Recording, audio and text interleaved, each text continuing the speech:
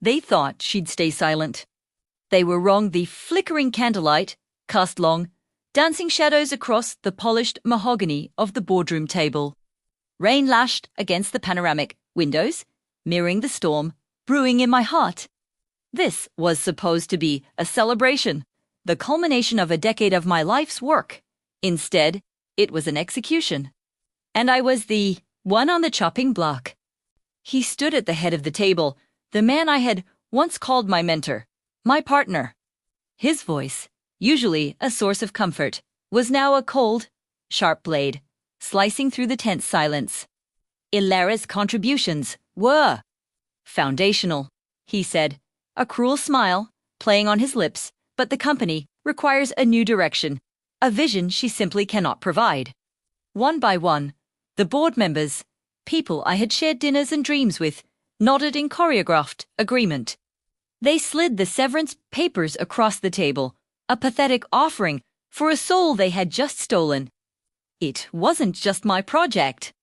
It was my legacy, and they were erasing me from it with a pen stroke. A tremor of pure, unadulterated rage shot through me, so potent it left me breathless. It was a physical ache, a searing heat that started in my chest and spread to my fingertips. Tears threatened, but I choked them back, refusing to give them the satisfaction of my sorrow. This was more than a business decision. It was a profound betrayal, a calculated strike against the very core of my being. They had not only taken my creation, but they had also tried to take my voice, my spirit, my fire. In that moment, Hesberg, something within in me shifted. The hurt didn't vanish, but it crystallized, hardening from fragile glass into razor-sharp diamond. I would not break. I would not fade into the silent, forgotten annals of corporate history.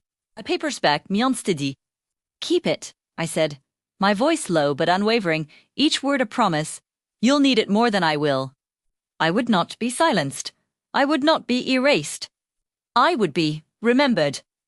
I walked out of that room, leaving their stunned silence behind me. The storm outside had only just begun, but so had the one within me.